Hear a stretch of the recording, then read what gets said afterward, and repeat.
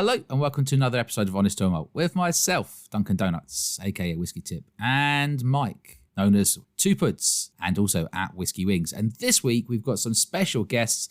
That's right, it's Joanie and Tony time. We've got two S.o.Bs with us. Hello! Hello!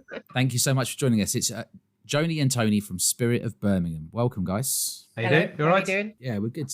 Thanks for coming on. Yeah, much appreciated, especially giving up your Monday evening. More importantly, thank you for the socks. Yeah, they're amazing. Love them. But are you wearing them? Not now. I think they might be like even saved for like special occasions like Christmas or something. They are now my favourite socks, so I don't want to wreck them. I put them on and I could feel that they were substantially warmer than the other socks that I've got. And then I felt like I was going to need to adjust the temperature at home to sort of be able to wear them. I wasn't sure how disgusted or what disgusted me more was the thought of you rocking around in just socks or seeing you in sliders. Socks and trying to sliders. regain your Sliders, youth. He's yeah. definitely down with the kids. And What's wrong with Yeah. sliders? even Oh. more so now. You're too old for sliders, mate. I'm not. Far too old. Sliders instead of slippers these days. Just get some Birkenstocks and just If you're okay, Embrace if you say that sliders aren't okay, what would you say if I was wearing Crocs? ledge. Absolutely accepted your age. Crocs is okay, but sliders isn't. I feel Yeah. like Crocs are worn by young people as well. Yeah, they are Crocs and socks. Crocs and socks, Yeah. exactly. Yeah, sliders. I've got 3 pairs of sliders, and if I was going to grow a collection of anything, it'd be that. So, Mike, 3 too many. what's the name of the episode today? We are episode 85 and the episode is called Ain't No Sob Story. Whee! Spirit of Birmingham or something else. Yeah. If you're into There's so many connotations. If you're into your you could use, acronyms. that's all. So, would you guys like to just give a bit of an intro for our listeners, a bit about yourselves and the distillery? That would be lovely. It's something we've been talking about for a very, very long time and thought it was pie in the sky. Never going to happen. You need millions to open a whiskey distillery. And then we played around with business plans. We looked at it if we went big. We looked at it if we went small. And then COVID happened and we were twiddling our thumbs and we were like, Yeah. we've got nothing to lose here, do you know? Just roll the dice. So we sent the business plan off to HMRC. And here we are. We never knew that it would be possible No. to start organically, just self-funded Yeah. and starting at the end of my garden. And right up until we got our final approvals, we didn't know whether we'd actually get approval or not, because there's so many Wow. people involved between Birmingham City Council and HMRC, and To be allowed to actually Yeah. to distill. and neither yeah. neither of them actually knew. You know, certainly for Birmingham City Council, we were in a bit of a grey area where Well, they said they didn't care to start with. And Yeah. then they came back towards the end of the process and were like, actually, you do need planning. but we didn't. They didn't know where we sat. They're like, do you know how many people are making their own booze in Birmingham?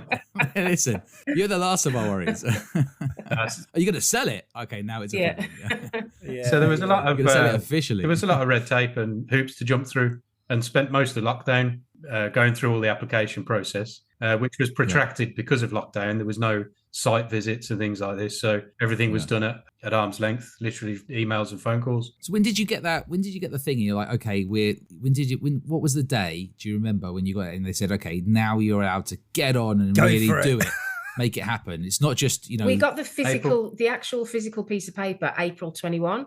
But in the January, I've got photos of us drinking champagne and it was snowing. And we had been told. We got provisional, you see. Yeah. So Yeah. So this was 2021. Yeah, 21, January yeah. 21, when they kind of give us the 21. provisional. But when they give you the provisional, you have to reapply essentially and send in all Yeah. of your business plan again, an updated one. And then the actual physical piece of paper came in April. Right. Okay. So was that the day you could just That's it. you could physically Yeah, that's the start? day in you can April? crack Yeah. on. Yeah. distill stuff. Nice. And where did this before we get into what's been in glass and what's been up your arse, which we're getting to, but where did this dream come from? Because it's like you both seem very, you both driving it passionately together. Was it just like you're just down the pub piss and went, should we just do our own distillery, or someone had a hankering for it? Where I think it kind of stems from is I've been a chef most of my working life, and I've always I've loved simple cooking processes. As a chef, you're a people pleaser. You like to create things that puts a smile on people's faces. We've got a family friend, who he's an Australian, Foxy, and he comes and visits us twice a year.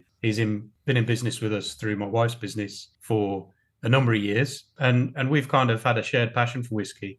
We've exchanged bottles every time he comes over, and he's quite well travelled and loves his food and loves his drink as well as we do. And when he comes around, I like to cook for him. I like to cook extravagant stuff that I wouldn't normally make at home. Right. Every now and then he'll kind of ask me, Can you make these? do you reckon you could make this? Do you reckon you can make that? Cannelas? Cannelés. Cannelés was a reason. No, cannelé from France. Cannelé. It's like a baked custard, but it's baked in copper fluted molds. But it's a very simple but unique to France dish. Can I just say, unless I've misheard, you have been exchanging fluids with someone called Foxy, and also something to do with custard. Yeah. Right? Something to do. That's what I took away from that And conversation. who doesn't like custard, But long story short, the one day we were sharing a drinking. dram, and he just looks over to me and he says, "Could you make this?" I've already been homebrewing for 20 years before this. So that's half of the process. And that was the first thing that came to my mind. I'm already halfway there. And we're not allowed to do that anymore. Yeah. Now that we're licensed, you're not allowed to homebrew. I had to give up homebrewing. Oh, really? Can you do it like a neighbour's house or something?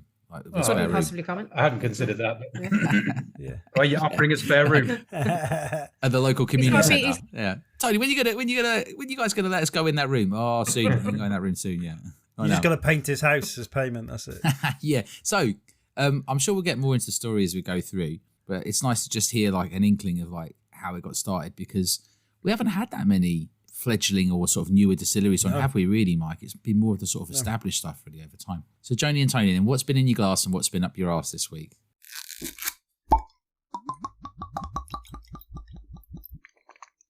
Well, in my glass has been a Negroni. Classy. Joanie likes a Negroni.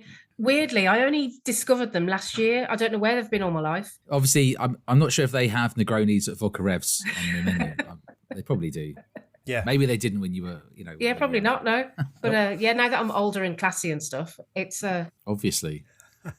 You can do variations on a Negroni, but the classic version is. But you guys make gin, don't you? So I guess did you make a Negroni with your own gin, or did I had you to buy go it the other out? evening at making one of my own. Yeah, it's always nicer when someone else makes it for you. But Yeah. And what's been annoying you then recently, then, Joanie? what have I come in moaning about? I don't know. Tony. Probably you. It's probably me, but Oh, somebody else Is this the first time we've had a couple on the pod? Mike? I think this might be the Probably. first. Exactly. Oh no, Canadian. Yeah. couple from Black Oh, Fox. hey, we need to wind this back a bit. Yeah. We're no couple. Oh, sorry. Oh, I didn't I'm realise. his slightly older but much better looking sister. Oh, okay. way older. I didn't realise. Slightly I older. didn't realise. I'm so sorry. Yeah, that makes sense. Okay, yeah. But it's still, because your sister and brother, you still got that thing, right? As in, like it's like sibling rivalry, Yeah, that type of thing going on. We're child number 3 and 4 of 6. That should make sense because you look Fucking a lot hell. like each other, to be fair. So, but sometimes 6. if you notice this, like couples actually end up going for somebody who looks exactly like them. It's one of the This very has weird got things. really that weird happens really in life. quick. Just going to open the door, let some air in to freshen up. Duncan, Did you move turn that away from heating up again? Did you incest. turn that Let's get heating off up again? incest. So yeah, what's been winding sorry me about up? People accusing you of being in a relationship with your brother. Yeah, we'll have that. Yeah, this podcast. And Tony, what's been in your glass and what's been up your ass? Oh, actually, let's talk about tomatin. Tomatin. You say tomatin, I say Tomatin. tomatin. Let's just get along. Yeah. Duncan says it wrong. Everyone else says tomato. Our good friend Simon, Smiley, Simon. Yeah. He came to Bilston, the Kingdom of Bilston, just up the road, Right, but it still takes 45 minutes to get there. He did a tomatin tasting, Simon the whiskey novice you're talking about. and he's no novice. Don't believe that for a He's no second. novice, Don't yeah. believe it for a second. Did he have any special bottlings? Yeah, there was a very lovely virgin oak single cask. Delightful. Nice. It was. Nice. It was a banger. Yeah. How much did he? Was that on the house, or was there a charge to participate in those activities? The whole idea of Bilston Whiskey Club, it's kind of like a break-even venture, isn't it? It's a proper whiskey club, so it didn't cost much to attend. It's not run for profit, basically. It's And just, no. So that nice. was good. And what's been annoying you this week? Bin lorries. Bin lorries. Yeah. Right. Bin lorries. Go on. They took out the entire driver's side of his car. Yeah. Oh, for real? Yeah. My wife was dropping my eldest to school, and they pull up at a zebra crossing, and there was a bin lorry on the other side who decided to turn a corner sharply, and they've got rear wheel steering, and it brought the rear of the vehicle across every panel on the driver's side of the car. So I just took a phone call this morning from their solicitor to tell me that they've declared it a Category N write-off. So That means it's just cosmetic, but it's written Right. on. Yeah. okay. All right. So it would have cost too much money to fix it, basically. Yeah, which I'm kind of surprised at. But actually, You should demand a go in the bin lorry as part of the penance. I've always wanted to have a little drive in the bin lorry. The bin lorry hadn't even noticed. Yeah, the bin lorry An driver. extra black bin. But that's worrying. An extra black bin. Yeah, we have one extra bin. Yeah, for the rest of their lives. That's worth gold these days. No, Can you imagine? we've actually got an extra bin. We're part of a grand trial in Birmingham for an extra green bin. No way. So a recycling bin, you mean? Or something? Yeah, we've had to slum it with an insert for cardboard. So we've got a cavernous wheelie bin for plastics and metal recycling. It's so complicated these days to know what you're supposed to do with things. Like you go to a different part of the country and they've got like one of them's got 5 bins, one's got 1 bin, some people got no bins. You go to the other side of Birmingham. Our brother has a house in Harborne, which is South Birmingham. We'd be east. It's not South Birmingham. It is, yeah. Is it not northwest? No. Is it not? No. One thing, South of Birmingham. One thing I know about people from Birmingham is they don't know about Birmingham. That's what. Directions. Yeah, it's like just. I know, no, never eat shredded Can wheat, you point to but no. Birmingham on a map? Yes, but he's got 5 bins. Was what I was trying to say. 5 bins. That's 5 magnificent. bins. Dear Lord. But yeah, God. So that really So, has Stop been talking up rubbish, you your arse. lot. we're talking Let's- rubbish now. Hey. So, Mike, what Love about it. yourself? What's been in your glass and what's been up your ass this week? Well, as the same as you took part in a tweet tasting with Steve Rush once again. Big Steve Thank you, Rush. Steve. That was with Dalmore. I think Kieran was responsible for getting us some rather old Dalmore, which was lovely. We had the 1821, a 2008 special edition, and I Vintage. can't even remember what the first one Port was. Was it? pipe or port cask. Yeah, I mean, standout for me, obviously, was the older 21. It was beautiful, but 600 quid a bottle. Ouch. Is that what it was? Wow. 600 quid a bottle. Oh, I nicked that last night. Yeah, It's gone now. lovely, but yeah, I mean, if someone wants to buy me one, crack on. But I'm out of my price. Did you league, find definitely. any kind of like consistencies between them? I got on 3 of them a sort of ever such a faint kind of potpourri note, right? And I tried one again the other night and I could see it, but I was getting your chocolate notes and you sort of depended on the whiskey really, but I'd have they to had look at my notes. consistent. They had some kind of consistent notes, and the port one was slightly different, but the potpourri was really coming through. That was very minor, but I felt like if you get it on 3 or 4, then I felt like maybe it might be a thing. Maybe it's. I thought the 21 was just like spirit, a little floral. tasted like different space spirit entirely to me. The 21, yeah. Totally different from the others. Like not even in the same ballpark for me. They're all about low 40s, weren't they? Somewhere between 43 and I think it was 46. 43. I would grab it. I finished it. My favourite was the 2008 vintage. I think I know that for sure. Then it was probably the 21, and then I think the 2008 vintage was about 150 quid-ish. What's been at my arse is my friends at Jackery, the off-grid battery suppliers. My little solar recharger has finally messed up after less than a year. So I was like, emailed them and said, is there something like a known reset or a known hack that can just fix this because it's not charging at what it should do?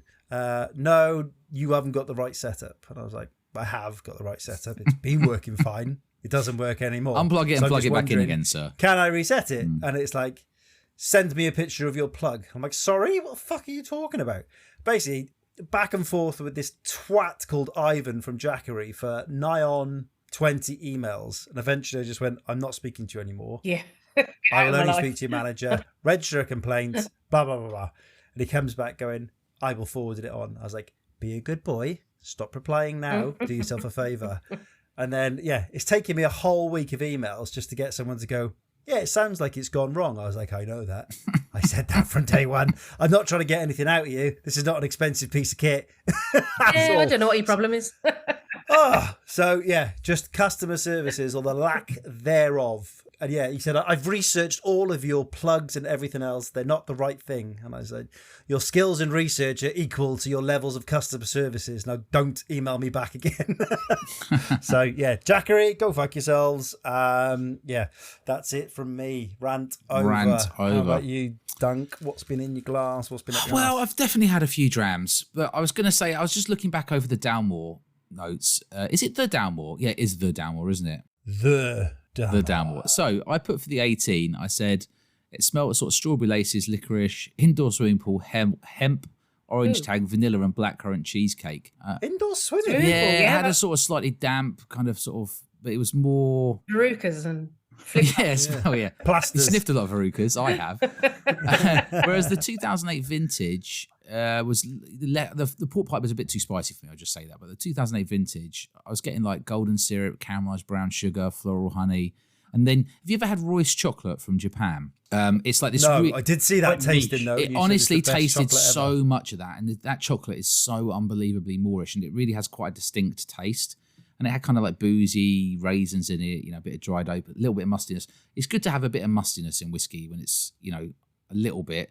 And the 21, I was getting Etta back to bed get at that bored? point. No, I was getting Etta to sleep at that point. So I had less on that one, but I just put bitter orange, molasses, dark chocolate, latte, more potpourri. It's a thing. But I tried that again the other night, and they are very expensive whiskies. But it was kind of pleasant to have sort of slightly lower ABVs. We've been saying basically that too much of the stuff we drink is just too high ABV often. So I quite enjoyed just having, I guess, free whiskey that was a lower ABV really that tasted pretty good. What's been annoying you? Really easy. Today, our 5-year-old, we get like these frozen croissants.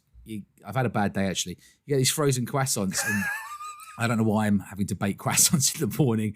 When I grew up, is this a really middle class bad This is day? a middle class because rant, it started with croissant. My frozen croissants, honestly, you wouldn't believe my day. That's the thing, is they're not for me. So first off, I'm slightly annoyed that I'm having to give a 5-year-old frozen croissants, although they're more cost effective than buying other ones. You put them in the oven for like 25 minutes and they're done. And they do taste very good when I've tried one. Not that I've tried one because I'm not middle class.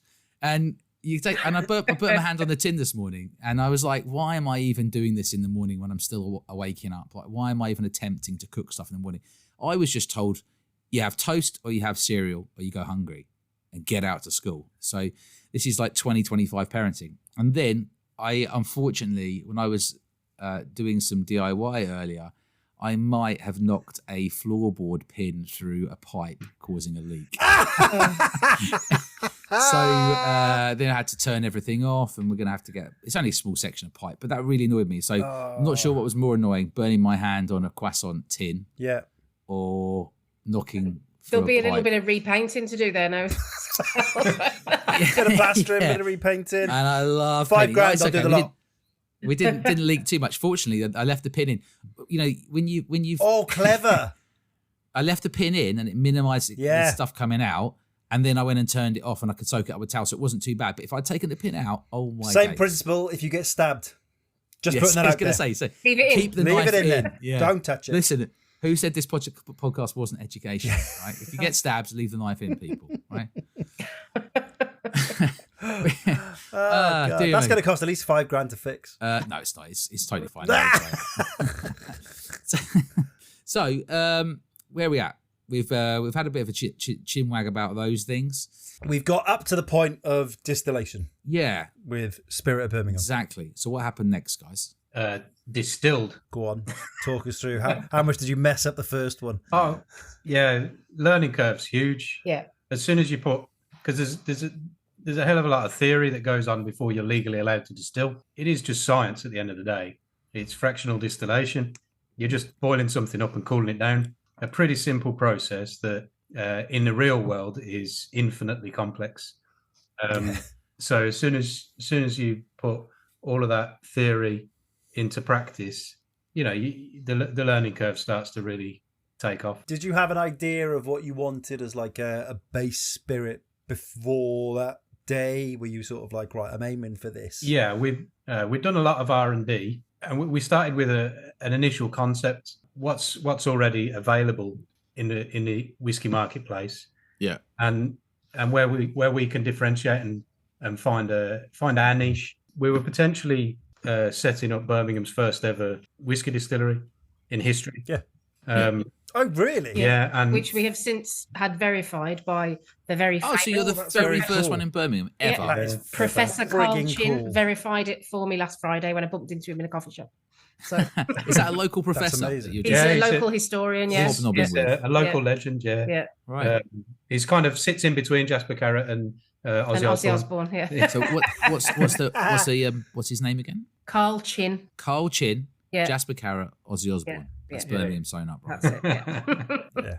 And Duran Duran Duran. Duran Duran behind Duran, us. Yeah. Oh, where are Pink Floyd from? Around the Midlands, yeah. Yeah, okay, so not But Birmingham not specifically. entirely, yeah. Oh, that was definitely like, not here, close. But yeah. Let's just say that the Midlands has always been a hotbed for musical talent. Yeah. Yeah, We're that's a fair point. currently trying to save a street. We aren't, but Birmingham, Station Street. All the developers have kind of bought up loads of really old but iconic buildings along this little road to obviously flatten them and put in a high-rise block of flats. Oh, it's horrible when that happens. Yeah, like but genuinely horrible.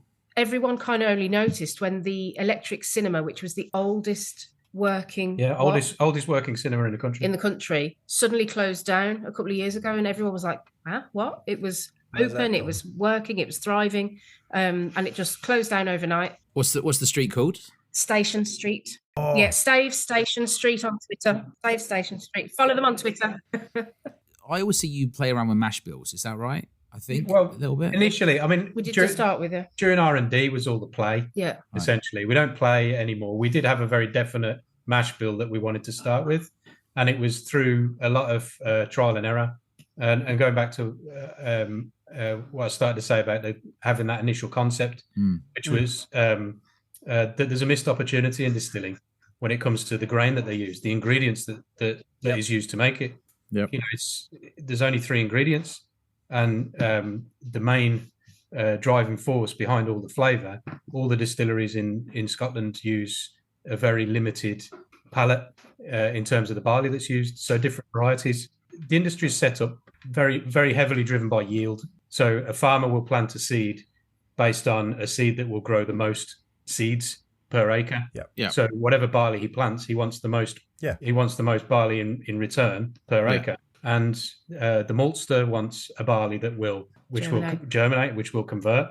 And a brewer and a distiller want high yielding barley. So at every point, it's driven by accountants. So they're not going for flavour, is what you're saying. They're going for. It's an economic decision usually what barley is used, and modern varieties like Laureate, Concerto, Diablo, they've been bred for disease resistance, weather resistance, and yield. There's one called Diablo. Diablo, yeah. I mean, you're planting that feels like you're sort of wishing bad luck on yourself, right? Yeah, a little bit. Yeah, a little bit. So when my attention was raised with you guys was when Tony, a long time ago now, you sent some new make, and I remember sitting out on the balcony trying it, and I was like, this is really good. This is properly good. And I was like, hang on, what are they doing over there in Birmingham to make new make spirit taste that good? I can sort of still taste a bit of a similarity. I just wondered if you've kept it on track since that kind of time, or if you've, it's exactly the same. Yeah. Right. Okay. We were much more interested in with the original concept and the chosen mash bill that we ended up going with, to have a really strong base so that we'll have a core whiskey and then do a little bit of fun and a little bit of playing along the way as well, rather than having something different. So not Waterford. A survival plan, not basically. Waterford, basically. Yeah. What other people are not doing and failing on massively now. Something people can relate to and identify. And my palate is much not as developed really in whiskey as Ant's, because I haven't been drinking it for as long as he has. But all the way along, it's flavour driven at every single step. And even when we're trying partly aged spirit, or then we now have actual whiskey that we're trying our fully aged spirit. Yeah, congratulations. Thank you. You can identify it tastes like our spirit. Yeah, that was something that I really wanted. Like one of the boxes early on was it doesn't matter if it's put in a blind tasting, if somebody just brings you a dram from the bar and doesn't tell you what it is. If you've had it before, I want people to know. Yeah, you want people to be able to identify it. Yeah. This is Spirit of Birmingham, and it's. I do. I mean, like, we get called out a lot, but I do feel like, having tried some of the sort of slightly aged new make, or whatever you want to call it, because it's not whiskey yet, right? Or new spirit. What do you call it? Like when it's spirit drink, I guess. We call it something different every week, whatever comes to mind. Spirit drink. Yeah, having tried something, it's in a no man's land when it comes to it really is, isn't it? Yeah. But being able to taste the consistency between them, because I remember it's a very similar note. So we've got, you kindly sent us a gin, your vodka, and the whiskey, right? The whiskey's coming at 58%, the vodka's 43%, and the gin... It's 40, that one, because that's a special one. Which okay. Yeah, it's not our standard gin. It's not our CDC. Yes, I remember now. Yes. But how would you... So we'd like to try them with you and just understand a bit more about the sort of flavour profiles that you were talking about. Because that's what people love to hear about. They love to hear about the flavour and, you know, how you settled on it. So where should we start then today, Joanie and Tony? And also, are you two the only brother and sister running a distillery currently? Like in England? I don't think so. The only whiskey distillery, possibly.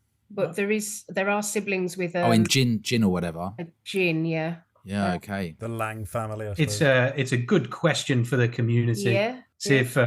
See if you get any social media engagement on that question. What's it like on Christmas now when you guys rock around the family Christmas and you all hang out with your other siblings and family? Are they like, is it expectation you bring the booze? Oh. I mean, you're the only people with your own distillery, right? I mean, there's always no, actually we spent Christmas at number fives. our younger sisters. Oh. She's like a cocktail queen at the moment. Yeah. She Right. any mad Anything mad that's got a bit of smoke coming off it, or bubbly bubbles. oh, she's making like Yeah. actual like those kind of sciencey ones with all. Oh, the, no, but ridiculous ones that are like she did a Grinch cocktail which had a candy cane off, God, that off sounds the edge of awesome. it. It was bright green and Has she got her own Instagram or whatever? no. Not No. TikTok. Well- That's going to get shut down, isn't it? But she likes to, you know, she watches the TikTok and Instagram cocktail, all the fun ones really. She's It's not- she's an infectious diseases consultant by day and a complete bimbo by night. yeah. I wish I knew somebody who was really enthusiastic about making amazing cocktails. That's going to be my next friend recruitment. You know, when you go out and you go, I probably should get some more friends. But we always bring something round, obviously, and we had a Christmas special. We this had year. the special, Coconut- the gin and coconut liqueur. coconut liqueur, yeah. Your So- own coconut liqueur as well. Yeah. I do a few different like fun limited edition things just for markets that we do around Birmingham, farmers markets throughout the year, Right. and then the Christmas markets. And we do artisan markets just to keep the pennies coming in while we're waiting for the whiskey. And You still Yeah. got I that like- coconut liqueur left. That sounds really good. I might Possibly a have little one or bit, two. I have could we? Might have say. one or two stashed away. Okay. So where should we start then today? Mike, have you got it poured as well? With the vodka. Yeah. With the Yeah. vodka. Start with the vodka. Yeah, I would. I got vodka. Start with the This was vodka. the first baby. Really, we didn't want to make gin at all because didn't. there was so Here, much. here. So we wanted to make then, okay, let's make the best vodka that we can. So we don't buy it in. It's made same mash bill as the whiskey. It's the most over-engineered vodka you might possibly have tried. I was going to say, I immediately get like strawberry and vanilla on that vodka on the nose straight away. And Doesn't smell like vodka, obviously, because it's got flavour. this essentially, if it wasn't distilled to 96% as vodka, then it essentially would be new make. Yeah, you could cask it. But and there's age no it. difference. The process is exactly the same, except for Yeah. a different distillation settings. I still feel like I get that sort of slightly mocha chocolate type or mocha coffee type note to it. That's Yeah. lovely. Yeah. Is that? Am I No, imagining? you're that? not imagining it. You're No, not. we've It got should be chocolate the- malt in the mash bill. That's it. Yeah. Chocolate malt in the mash bill. I was going to ask I was going to come back to that after with the whiskey, what you settled on in terms of barley. So was that, So that's is it a combo? that's about 2% of the mash bill. If I was gonna progress just a sort of what do you call it, a whiskey habit which centers around pretending to be sophisticated, and I was going to go to full blown alcoholic, I would definitely drink fancy vodka made by whiskey distilleries Yeah. because it is. When people say that's Delicious. dangerously sippable, I mean, It is. could probably yeah. have half a pint. Right? I mean, it's ridiculous. Yeah. Well, I think you said to me it is a sippable vodka, and I'm like, yeah, whatever. Yeah, and it's, I haven't chilled it We've at heard all. it before. So I haven't chilled it at all. I've just drinking it at room temp, which is probably about 20 degrees. Usually with vodka, you feel like you need to chill it. So what else should we be getting on this vodka then? So should be getting some sort of chocolate taste, mash bill. Mike's calling strawberry laces and vanilla. The nose for me is I get toffee like World's Originals quite readily. Yeah, I could see a bit of that. Definitely, once you've tasted it, go back in. You've still got everything on your palate. It just, wow. There's a lot of people that drink vodka that, if they tried that, would stop drinking whatever vodka they were actually drinking. I know price comes into the equation. Yeah. Yeah. We've If got a you've few got- regular customers now that we've completely ruined them. Yeah. If you're drinking Grey Goose, that's like, what, 30 quid or something, isn't it? Yeah. What's this in compared to Grey Goose in terms of price? So a bottle of Grey Goose would be about 35, 36 quid at Yeah. the minute. Right, okay. Here, Yeah. 41. So it's not that much difference. But we're then. also 43% ABV, so yeah. Grey Goose is what, 40? Yeah. Yeah. Okay, cool. Yeah. So it's worth spending an extra £5 then, isn't it? Extra £5-6 quid. 100% for flavour. Yeah, for flavour. Yeah. Not having to chill it. Arguably. You know, people are all about drinking a bit less if you can, or if you want to. Drink better, basically. Drink better. Drink There's something definitely a that you're going theme to there. enjoy. Drink less and drink better. Yeah. Yeah, drink less and drink better is definitely a And theme getting that's your value emerging. for your money as well. You don't want to be drinking something that makes you shudder. You want to enjoy it and be enthusiastic about it and share it with your friends. And Yeah. I'm going to say Christmas time, that replaces Baileys and hot chocolate that you get at like Christmas fairs and stuff. Yeah. Just go hot chocolate and this. Hell. When it's so good neat that I'd be tempted just to drink it neat. I mean, you've worked hard to put a lot of flavour into it, but I'm sure it goes well with many things. Yeah, and cocktails, but even you pass your nose across any of the classic cocktails, you know that it's Spirit of Birmingham. Yeah. You know, it doesn't get drowned out by half a litre of orange juice. You still know it's our vodka in there. So you're saying that you get sort of Werther's original was a bit of a chocolatey note, some vanilla, Mike's calling sort of strawberry lace type stuff. Do you get anything else in it that you think is a sort of commonality or that I think people the tell you texture. pick out? Yeah, The it's texture got a of it, real nice, viscous. really nice mouthfeel. Definitely. 100%. And the flavour stays with it you is as well. oily. It doesn't just burn your sinuses and disappear. It stays with you. I'm going to say that's the first vodka I genuinely enjoyed tasting. Thank you. 100%. Yeah. Yeah. It doesn't really, I mean, it's so good. It doesn't really, I know it's vodka, but it barely tastes like vodka. Yes. Is that fair to say? What does vodka taste like? That's it. Because we've Well, been vodka usually has that Exactly. slight kick at the end that kind of tastes a bit sort of, that kind of vodka note you get at the end of it. And that's almost non-existent with this. You get all the flavour. They try and triple distill all the flavours out of Yeah. it and just make it as neutral as possible so people can chug it. There's no without any difference. stuff. A big ethanol factory. It's no different to a petroleum. It's made in such a huge industrial scale. There's no love in a bottle of standard vodka. But part of our process is to show that if you're careful about your ingredients, take time. I'm still highly rectifying it to 96%, and I had to. It was never my original intention to charcoal filter, but we do lightly charcoal filter because it wasn't recognizable as a vodka at all until it was charcoal filtered. People had no idea. Nice. It was Yeah, okay. it was too like our new make spirit. Yeah. Okay, so you've made it slightly a bit more like a vodka by charcoal filtering it. Cool. Yeah. So let's get a bit of an idea about where you might go in future then. Why don't we take a little pause there? I've got the whiskey out poured as well. Should we do 3 drams behind a bar? Yeah, so if you go away, dump your suitcases, go out to the nearest bar, walk in, and you're like, right, what is it you want to see on a shelf that one is going to appeal to you as whiskey nerds, and something also you can say to like the bar owner, you should have these in, I'd love it, but it also helps new people into the world of whiskey sort of become entrenched. So no pressure, but your 3, go. First one. Or 6, I guess, because there's 2 of you today. Yeah, to be fair. No, 3 is fine. Yeah, but so where's this bar anyway? Anywhere. Malaga, yeah. So, well, if it's Malaga, we're going to be limited on choice of a first one. But I think that, and it's one of the things that's up our arse at the moment is bars should be stocking more local stuff if it's available to them. Let's say it's in the shit village outside Birmingham somewhere then. Yes. Which is owned by which has a Spanish I reckon owner. I can guess the first Which has one. a Spanish owner who also has a pub in Malaga.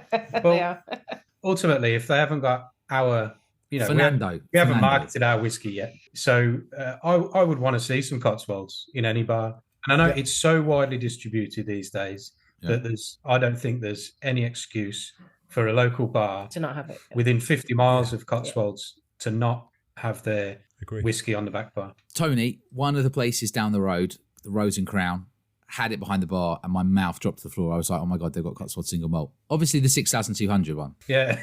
Continuous. The infinite 6,000. They almost didn't want me to have a pour because they said, the thing is, it's going to run out one day. It's only 6,200. That's a great start, I'll be honest. Is it better than the 7,000?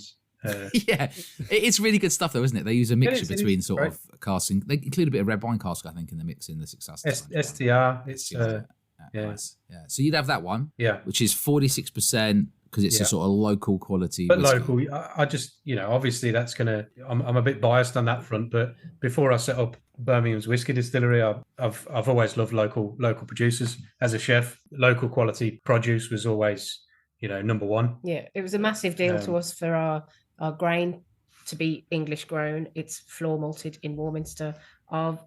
As much as we can afford, even our casks, we tried to source English oak. Oh, really? While, and we did. So roughly half of what we're maturing is in virgin Staffordshire oak. Nice. But all the way, it's been local first. Local We've got flavour, a tick box with everything that we do. And locality is one of them. So local spirits, local beer. And it's something then that on the reverse end of that we're struggling with, because to get into local bars, there's this kind of, I don't know if paradox is the right word, but where they're all tied into contracts with wholesalers and distributors. And so that's why you walk into a bar and it's like, oh, great. Okay. So you've got same things. It's the same as the last bar had. But it's a bit silly though, in a way, because, if you're going to persuade somebody to have something and people come to the bar and they say, have you got a whiskey? And they are locally, they can say, we actually have a local whiskey from Birmingham, right? Yeah. And people love it. Yeah. And they say, okay, that's really interesting. I didn't know about that. And so it's a talking point, right? Whereas when you say, I've got this whiskey from, nothing wrong, we love Scotch, but Scotland or Ireland or whatever, they're like, okay, well, it's just the same stuff, or very similar to other stuff. And they wonder why pubs are going under. Yeah. Because in a sea full of sardines, how does one stand out from all the rest? Yeah. They're not doing anything different. They're all signed up with Diageo or Pernod Ricard. Yeah. And are they not allowed to even just have like one or two like other bottles? This is the thing with some are. Some free houses probably are, aren't they?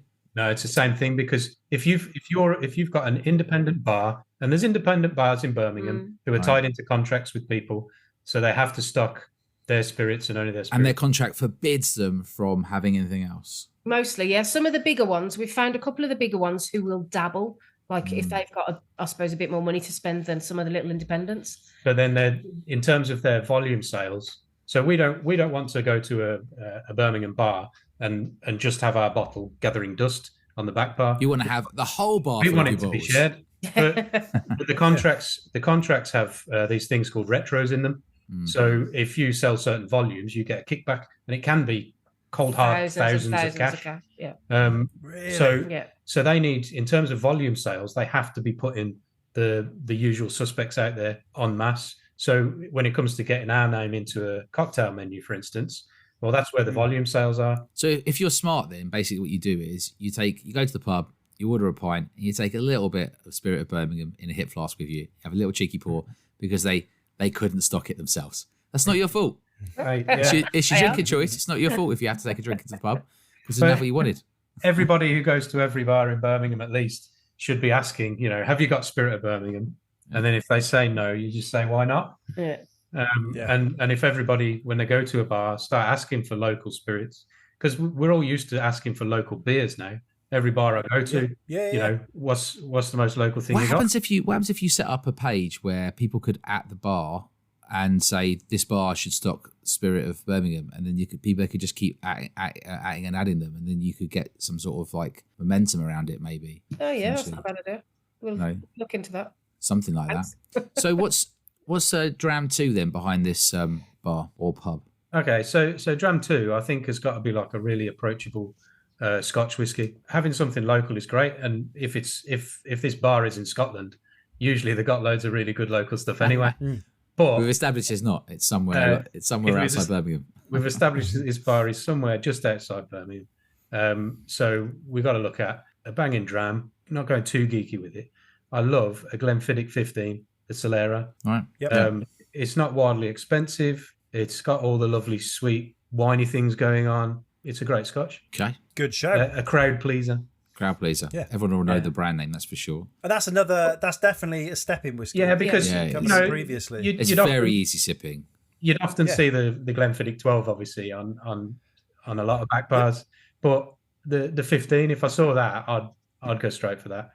in a boring lineup. If that was there, it'd be a standout dram. I tried the 15 recently. I concur. It's, you can't go wrong with it, really. I mean, very inoffensive. Yeah, getting new people into whiskey as well. It needs to not be intimidating. Needs to not be, oh my God, I've got no idea what I can taste off this. Never mind, smell off it. You've got to start somewhere. And Glenfiddich, as one of you guys said there a minute ago, it's a name that people will have heard of. So we're going for something local with Cotswolds. We're going for something Scotch, Glenfiddich 15 Solera. What's the third one then? What else would you put behind the bar to make sure you've got a decent selection? I think we've got to have something smoky, but I'm not sure where I'd go. Would it be lightly peated or full on?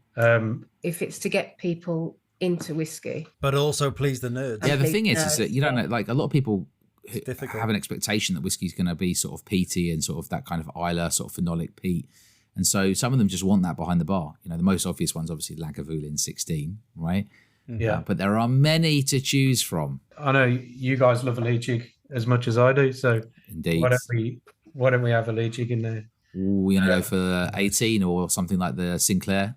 Well, I think because we've got some very approachable drams that don't really punish the pocket, I think we could go for an 18 there on the Leachig. Yeah, now you're talking. Nice. Yeah, I'd be really happy to see that at local. And I've never seen it at any of the local pubs. That's a decent flight. I'm not going to lie, that's a good flight. Yeah, it's a very good slightly flight. hot probably in Spain to be drinking peated whiskey.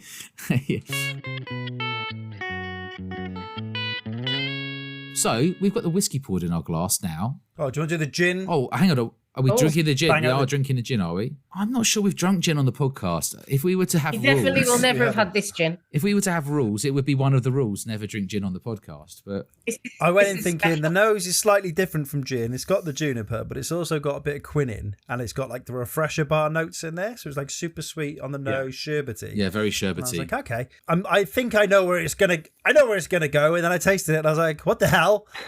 It's like literally super sweet lemon barley mocha, wow. refresher bar. It's all Doesn't taste Yeah. very ginny, does it? does not taste like gin. I mean, a little bit. It's more like a sort of lemon. It's between limoncello and gin. Yeah, But it doesn't have the aftertaste of limoncello, because limoncello has an aftertaste, even though it's only. But if you were going to guess what fruit was in there, what would you guess? So this is a flavoured gin essentially. One of my seasonal specials.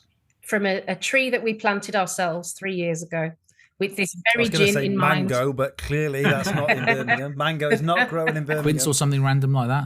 Okay, You're not too far off. you're very close with quince. Have you ever heard of the bumhole fruit?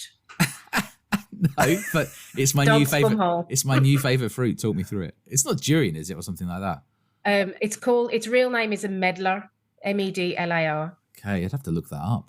And back when Henry Just VIII was Googled it. in the country, they were everywhere. It looks like a dog's bumhole.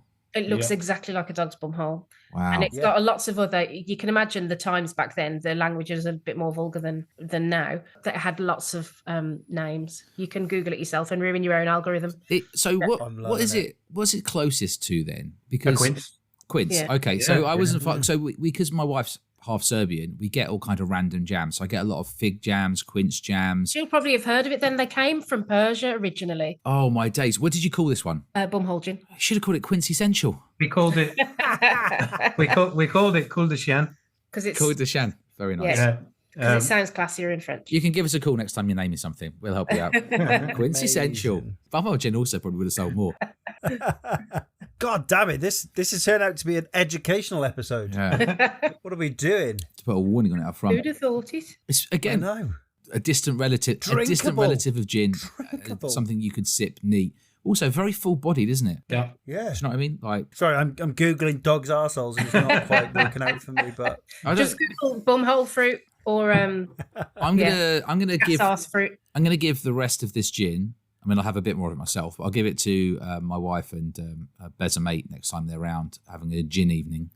And I'll then see, tell them what see it's what they made. think. Well, I won't let them mix it with anything. I'll make them drink it straight. I'll say something casually like, "Yeah, just drink alcohol how you want." Not that one. Not that one. Sip it neat. Nice. What do you want to do, Mike? Do you want to should we do pudding iron and drams or taste the whiskey now? I would say let's dive straight into the whiskey. Because he's already done it.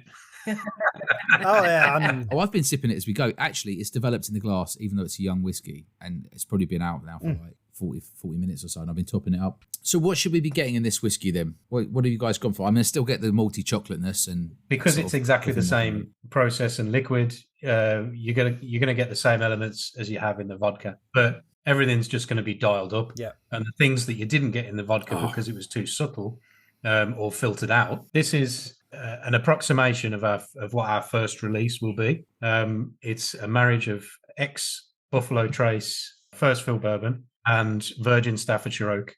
Yep. And it's pretty much 50-50. We treat our virgin casks have a unique dressing on the inside of the casks, which is unique to us. Is it a secret?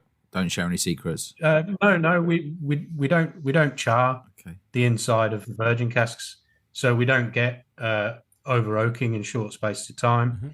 We also use full size casks, so they're between 200 and 220 liters. So we're not looking for any accelerated maturation. We just want all the robustness of that English oak without going overboard. Do you feel like some of the oak still comes through? I still definitely get some oak or something. I think. I mean, definitely, but with the kind of smooth caramel and the sort of chocolate notes. You're gonna get certain elements like cask char, a little bit of cask char from the ex-bourbon. Right. So it was about layering up the two different cask types. During maturation, the two casks do different things. Because a bourbon cask is so heavily charred on the inside, you have an inbuilt filtration system. It's a layer of charcoal that is gradually over time is filtering the whiskey as well as the usual things that are happening in a cask. But you're not going to get that in a virgin oak because there's no charcoal. Okay. There's no charred layer. Yeah. It's just toasted. Nice. Are you able to say which cooperage you sort of get in your barrels from? Give them a shout out. Jensen's from Alistair Sims and Jonathan. Alistair was on my radar before we decided to set up a distillery. Before we sent our business plan to HMRC. And I always wanted to work with Alistair. He was White Rose Cooperage. Rose Cooperage at the time when I first spoke to him, and got some quotes off him and some ideas about what I wanted to do. He was the last master cooper in England at the time. And it was important for me, again, if I can get local casks, I'm going to get local casks. Yeah. And especially if it's a kind of a dying trade as well. Yeah, to help them out. There's a social responsibility when it comes to. Does he have a son or a daughter or somebody who he's taken under his wing to train up an apprentice? A good half a dozen, isn't there? And at the moment, he's got an apprentice working with him, Joey. It should be good for him that there's like over 50 distilleries in England now, because there should be more demand at some point for his services. One of his trainees has gone out to Australia, and he's now training coopers out there as well. Very cool. Alistair Sims, and he sourced we wanted English oak, and he sourced the Staffordshire oak for us, and it's from a sustainably managed estate, Norbury Estate, so not far from us here at all. Right. Then he was even able to get us some. We've got some Tamworth oak. Yeah. Tamworth oak. Closer, yeah. So this is like very 20 minutes. This is very regional oak. Yeah. What's the difference between Tamworth oak and Staffordshire oak? That would be a question for Alistair. Well, he's the expert Alistair, there, we should get a tree. Mike, just side note, we should get a tree expert on at some point, shouldn't we? Get Alistair on. We should get Alistair on. He's unreal. Yeah. He can, and this sounds really mad and probably a bit weird. He can lick the end of the stave of oak and tell you which species of oak it is. Really? No way. So the Staffordshire oak, you get loads of appley flavours and notes off the freshly cut wood. That's a bit like those fellas on the wildlife programs where they take the animal turd and pick it up and put a little bit in mouth. Yeah, they can tell you what creature it was. Yeah, that's that level of weirdness, isn't it? Licking the end of an oak stave. Yeah. Oh, I like that. So not just... We'll grab his details, definitely. Yeah, that's pretty cool. Yeah. So you've gone fully local, which is great. What do... Mike, it's very distinctive, isn't it, the whiskey? I love this. I said nose, it's quite rhubarb and custard, strawberry, bubblegum, and then there is that chocolate coffee, like a mocha sort of thing going through it. Palate-wise, that's all there. But then finish with this Ferrero Rocher. You are really spoiling us. It's literally Ferrero Rocher. I'm so glad you said that. Yes, Mike, that's it. You've nailed it. Ferrero Rocher. It's Ferrero Rocher. It's Ferrero Rocher with a hint of char. If if people ask me like a festival or anything, how I would describe the Spirit, I like granary toast with Nutella on. It's funny you should say that, because there's also a slight savoury note, but it's ever so tiny in the whiskey. Yeah. Just a little. It's That's mostly the Birmingham funk. Yeah. Birmingham funk. Hey, people are obsessed with those kind of Dunwich warehouses and like scattered warehouses and all that kind of stuff. We'll put Keep it some messy. we'll put some pictures of the canal up on the website. I'm saying there's like pork belly or something running through it a little bit, like A little not bit of fat. crackling maybe. There's definitely savoury, nice little hint coming through. Not There's Boston something savoury in there. scratchings. Yeah, there you go. That's exactly what it is. Keep I'll it. tell you what, if you can get one thing into it, I'm not getting any salt, but one of the magic things about Glasgow I've had on a few times is somehow, bizarrely, whiskey has a slight saltiness to it. You know, like That's because Shug keeps just Must tipping be salt just into the cask. tipping it in. There you go. That's the seaside effect. Yeah, then. this is really, really nice. You're definitely right. It's very distinctive. So amazing job. Well done, guys. Thank you. Thank you. Top work, Joanne and Tony. Yeah, very distinctive. You would definitely be able to pick it out in a lineup, which would be interesting. We should get someone to sneak this into a blind jam to see if we indeed can pick it out. When does your first official release come out? It's this year, right? When's it landing?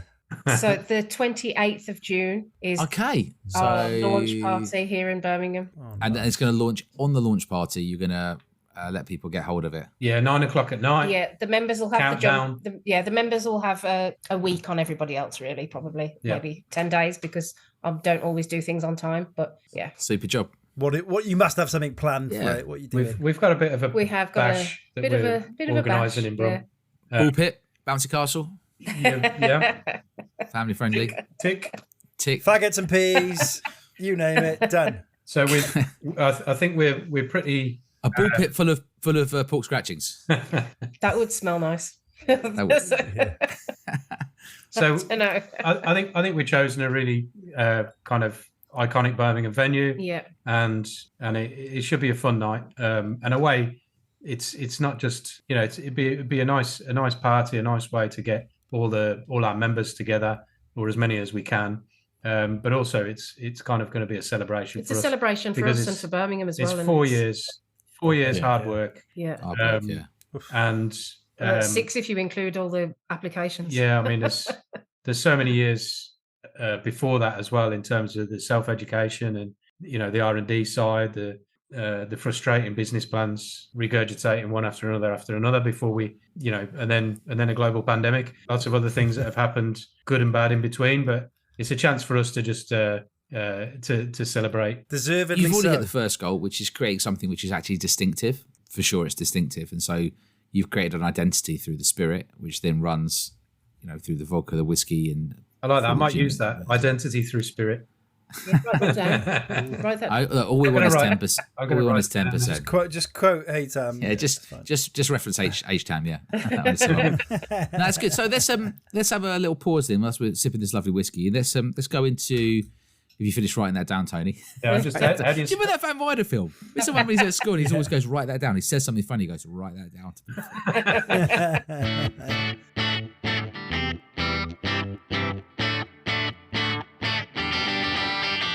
So, Pudding Island Drams. So you're being whisked away to an island of your choosing. Your choice entirely on what the sort of geography of the island looks like and the weather. Once you're there, you get the option of one whiskey, one dessert, and then one album that you play for the entirety of your stay. Once you're done, you get picked up by a person, anyone alive or dead of your choosing, and you get to choose the mode of transport as well. 30 days. You get 30 days on this island. 30 days. Not survival exercise. It's just a little bit of you. So we can survive on Me whiskey time. and pudding. Yep, easy, definite. Yeah. Yeah, definitely be fine. I mean, you can live for Essentially- 30 days on just water, just be clear. I assume there's Yeah, some water. and whiskey is generally like at least 40% water, depending if you're having a cask strength. So yeah, job done. Islands.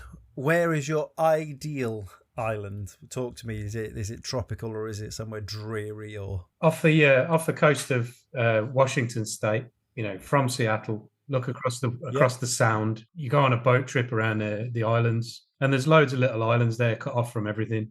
There might be a little hut on the edge of a windswept little rock covered. Outside of Seattle. Yeah. Yeah. Right. It's like I like the idea of somewhere cold, but a nice log cabin, roaring fire. Not quite Canada, but Yeah, cold. yeah. Well, but that kind of vibe. the Canadian Scottish vibe, but with civilization on your doorstep. East Coast then. Yeah, because look, West Coast. Seattle. Yeah, Yeah, West but Coast. Seattle, but why saying Canada? Get then? a map. But why saying Canada then? I was like, Canada's. Hang on. right next Let's door. talk to. Hang on. This is quality. Go on. Canada's where?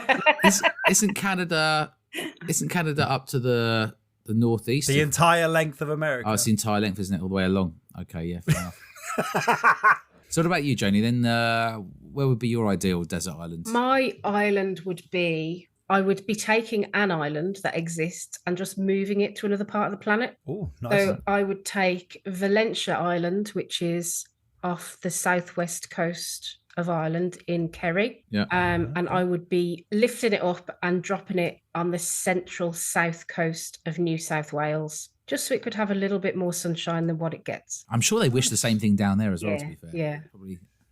It's the most beautiful, unspoiled place, and the people are unreal. And it's literally everything is fun. And if you get a sunny day there, it's like heaven on earth.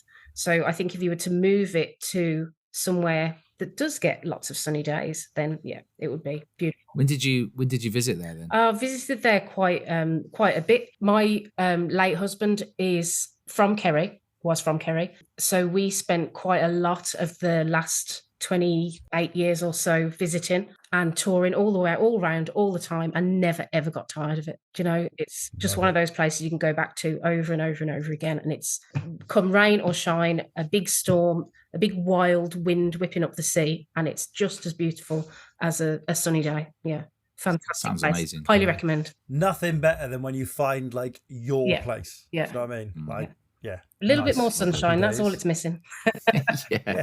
Yeah. Okay. Yeah, just so you don't have to roll the dice when you go on Exactly. holiday. Right. Exactly.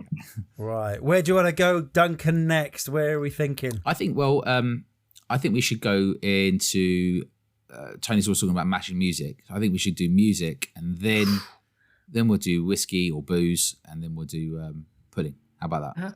Yeah. Sounds good. So Tony's got this thing on social media where he's always like, I'm mashing music. What would you recommend today? People just chuck stuff out. Doesn't matter what it is. Tony gives it a spin, which is always pretty cool, right? So you've had loads of suggestions. So And there's been some for a shockers. I know for a fact that you've listened to a lot of music. Yeah. So I'll be really interested to hear what you pick. So Tony, you should keep it in the same order. So for yourself first, what's your Pudding Island Dram album then? So although with mashing music, I've got to listen to, and the whole point of it was for me to hear stuff that I haven't heard before. If I'm going to an island for 30 days, I want something that, I know I'm not going to get sick of after 5 days. So something nostalgic, something I listened to a lot in the past, that I can kind of bring with me, and it'll just remind me of home and the good old days. So I won't want to stay on the desert island. I want to actually go home. And that'll be Counting Crows, August and everything after. Classic. Listen to it a huge amount. It's 30 years ago now, isn't it? Yep. It's a long time ago. And the rest. But yeah, great album, and I've always enjoyed listening to it over and over. Yeah, so something nostalgic then. That's nice. What about yourself, Joanie? What would you choose? See, I'm going back to the 90s as well.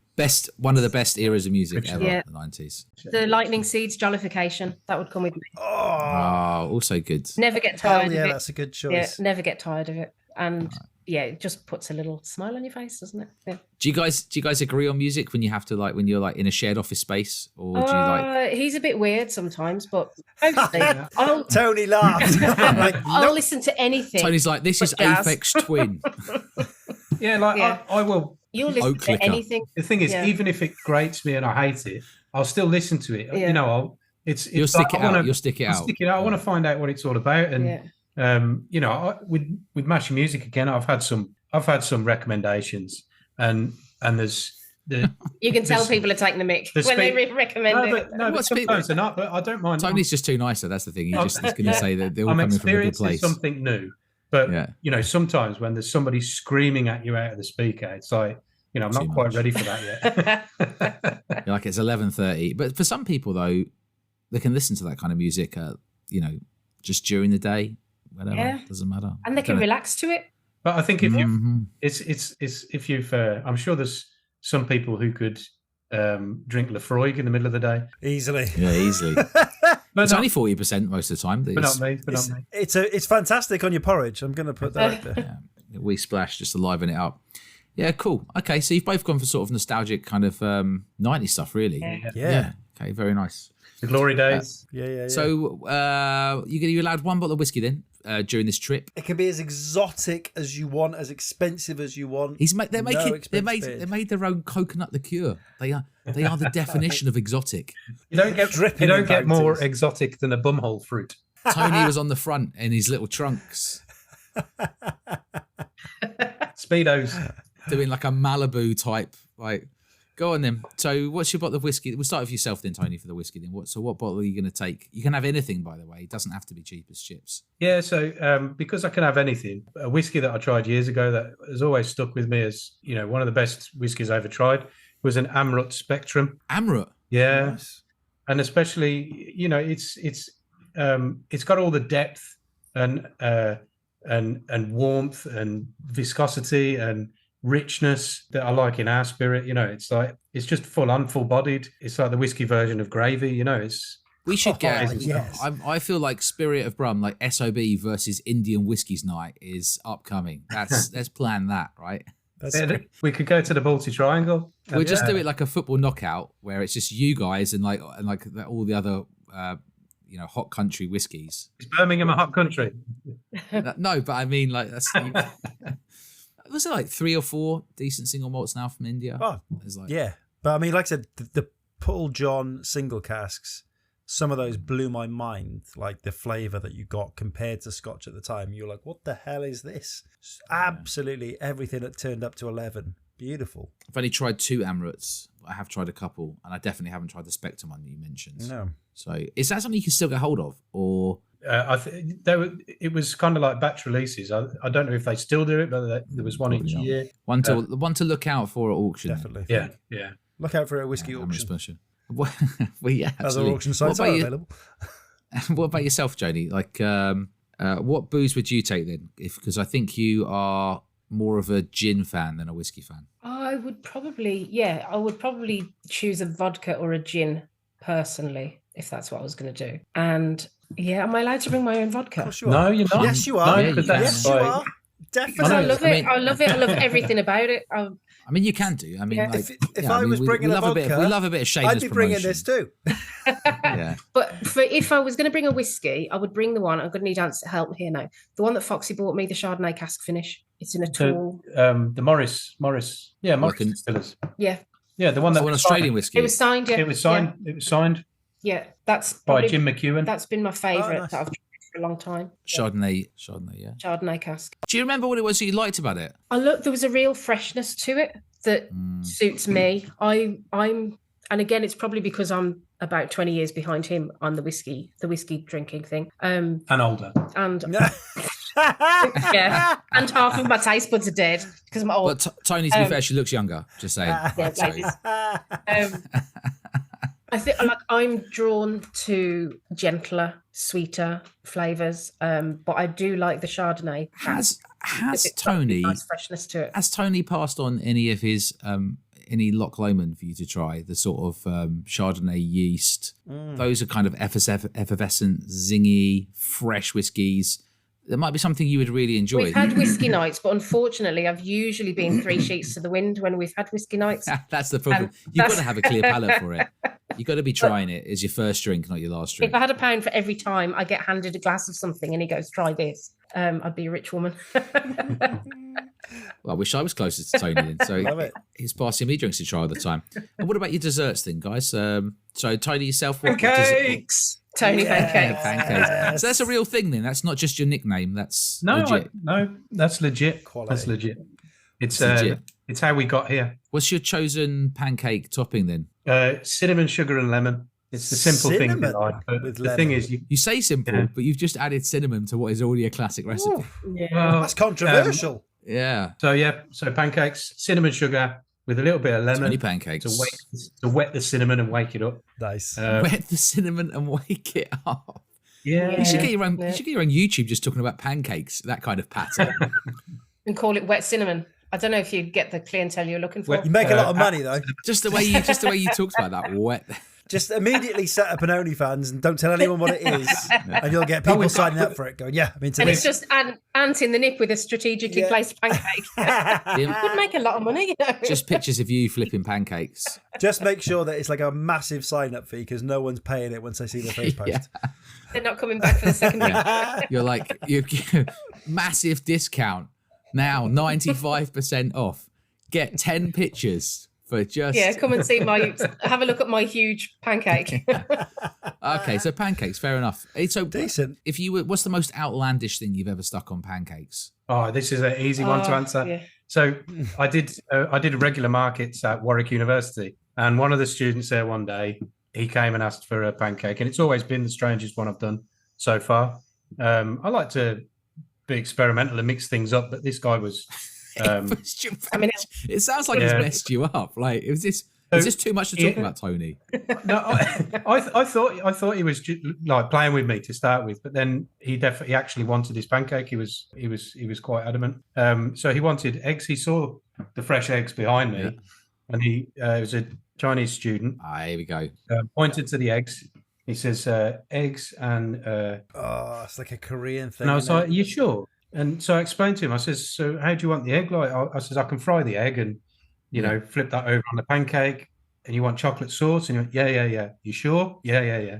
So I've got a pancake with fried egg, chocolate sauce, foldy. There you go. I mean, we covered it on a podcast before. If anything that tastes well, it does go together. I could eat eggs and chocolate sauce, no worries. Maybe I'm he part came back Chinese. and he said he said it was fantastic. So I'm like, he came back as well. Yeah. It wasn't like he went off, threw up, and never saw him again. That sounds all right to me. I think I could do that. I thought you were going to say, like, he bought his own duck's feet or something like that or whatever. It was like egg, chocolate, and duck's feet. Yeah.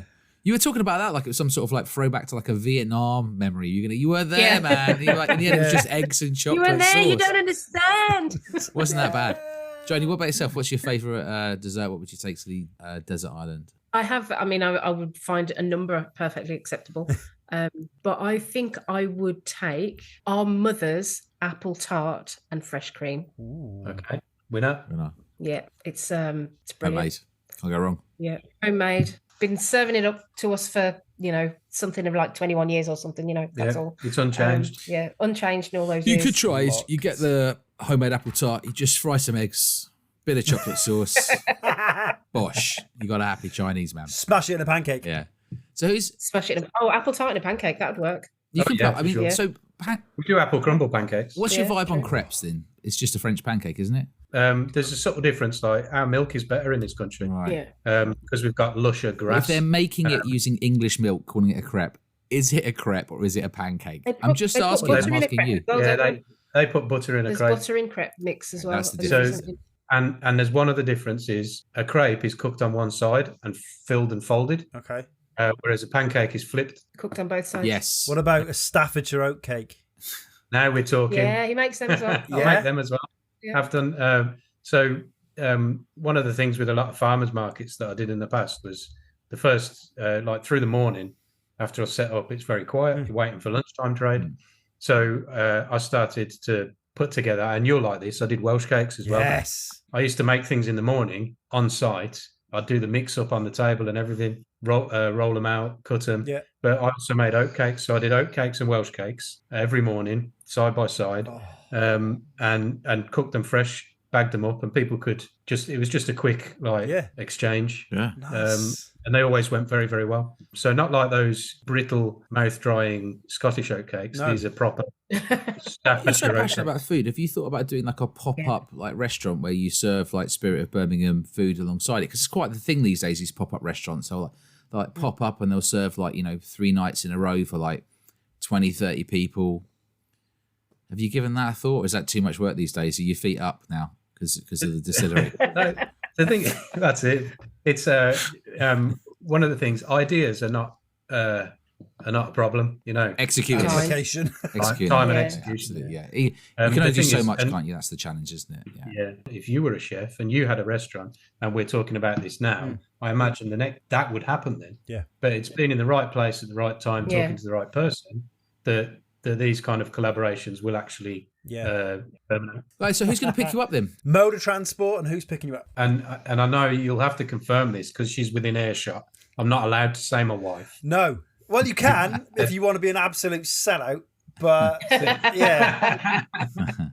We can confirm you're not allowed to say that, Tony, unless you want to lose if a it lot helps. of street No, cred. it's banned. Yeah.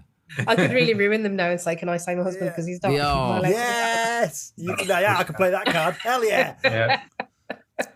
Just because I'm a psychopath. Sorry.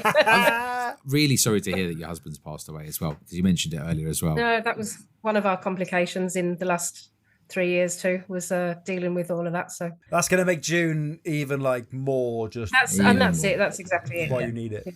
It was always so difficult, isn't it? You can switch between glass half full and glass half empty, and you have to stay on the glass half full side, however difficult it is. I think. Absolutely. Yeah, absolutely. So, but Anyway, who's who's taking you on a who's picking you unicycle, up? Tony? Well, I wouldn't. On a unicycle.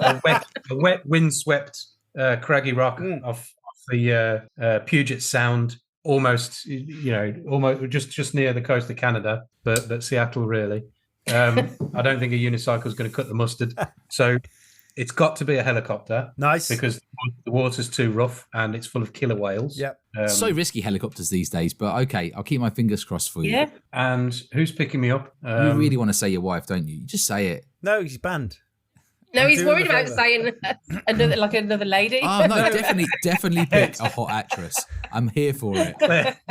Claire from Account. Yeah. Favourite gag ever. Best advert ever. Best That's answer that's ever. 2 weeks in a row we've mentioned Best Peter Kay. answer ever. Yeah. Oh, we're going to see him next month.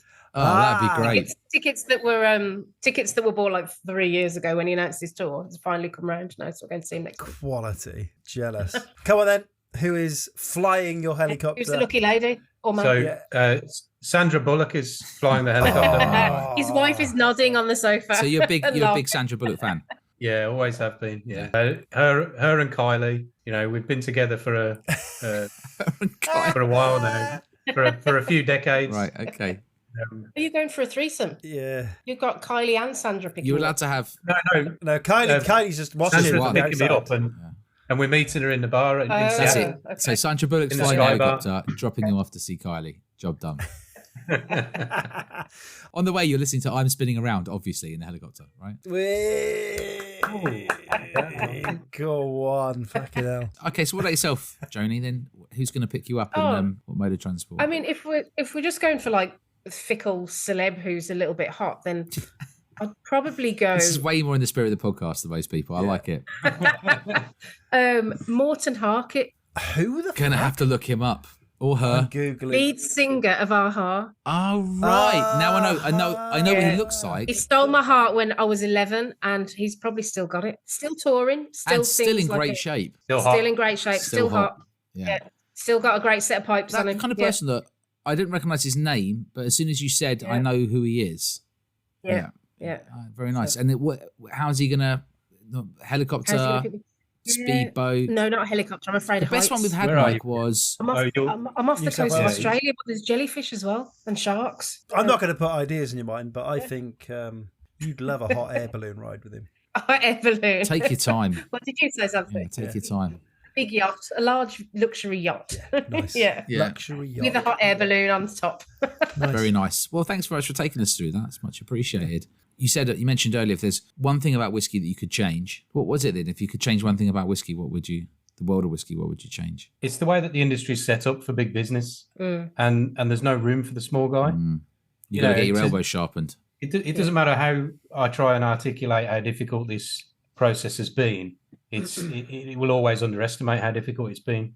The industry has created a network for itself, supply chains and everything like that. That's founded on huge scales.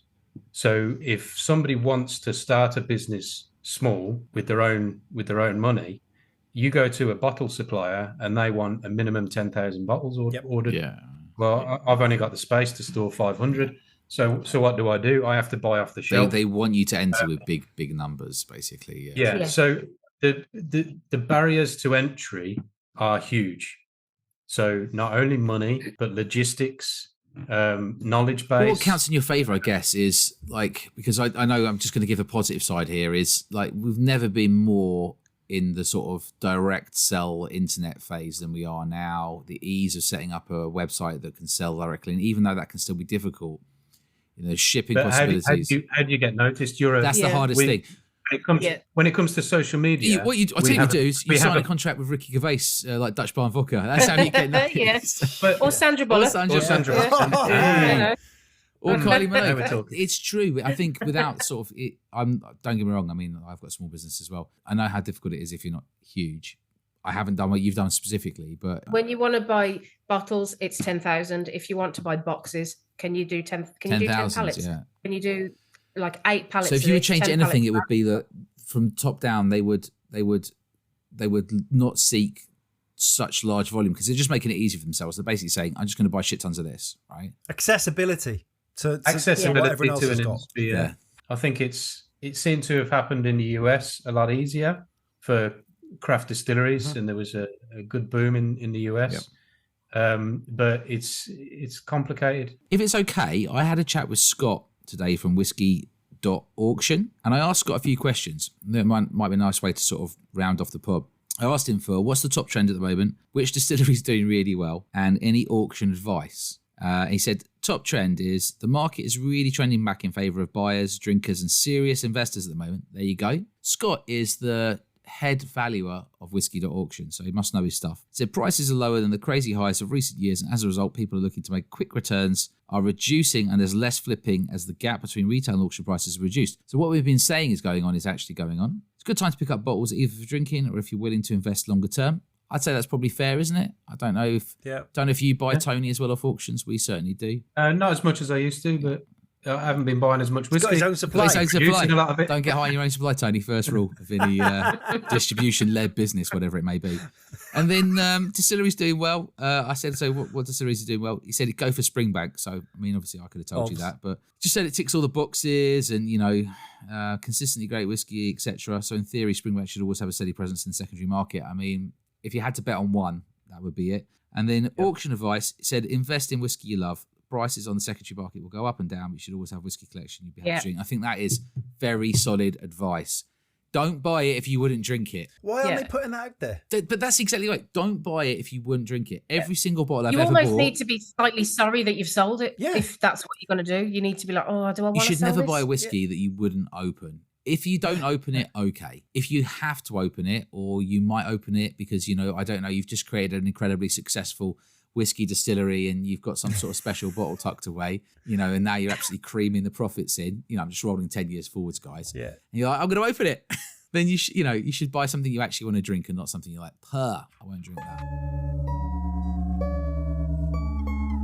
So is there anything else you'd like to share or tell us today about Spirit of Birmingham? We tried some fantastic vodka, whiskey, gin. I mean, genuinely, they're really good.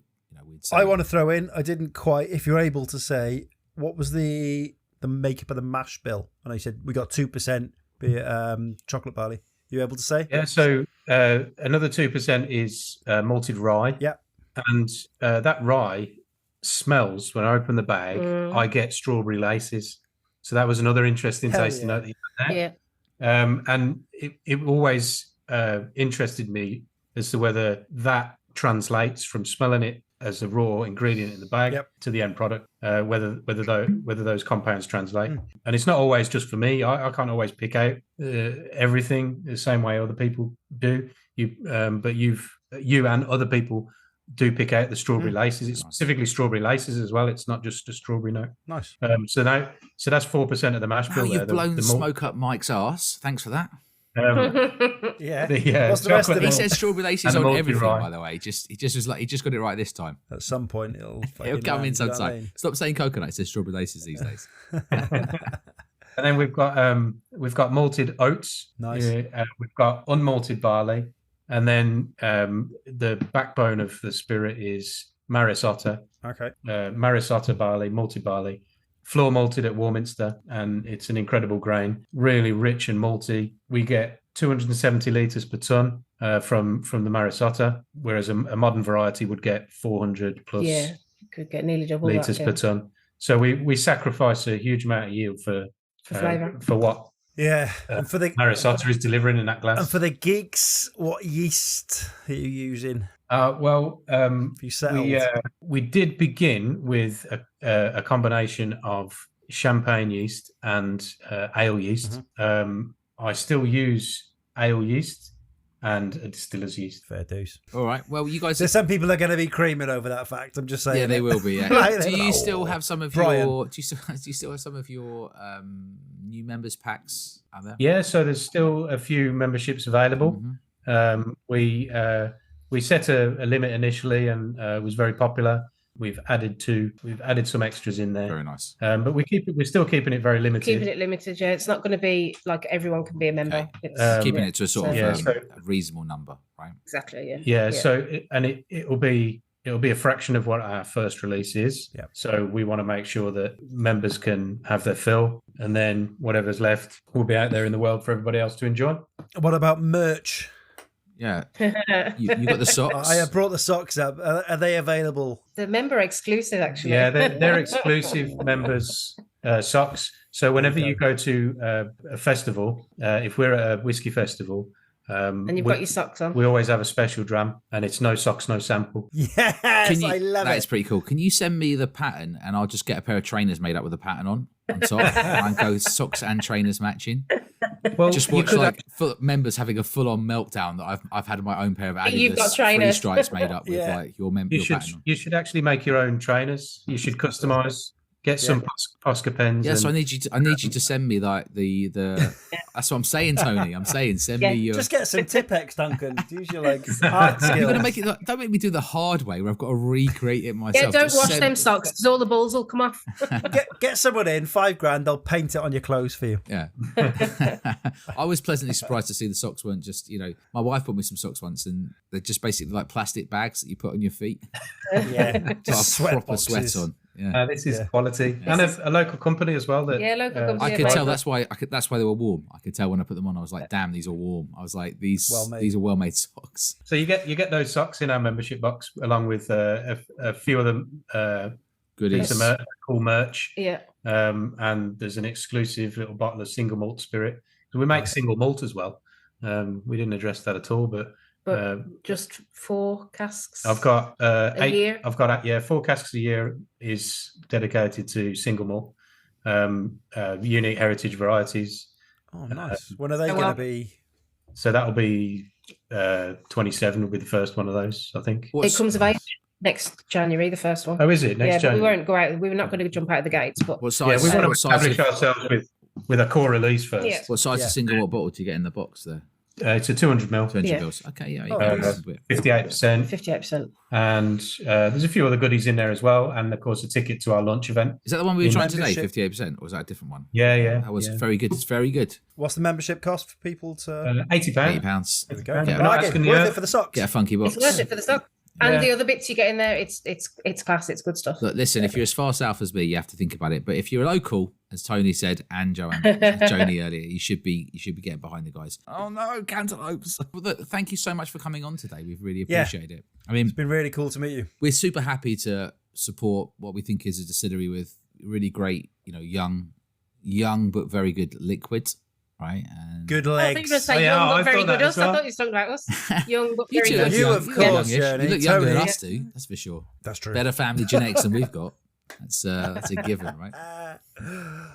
Decent. If people wanted to find you online, how would they find you? How would they find the company? www.spiritofbirmingham.co.uk. Please follow us on Instagram. It's just at Spirit of Birmingham. We are on Twitter, X, whatever at the moment, but Just about.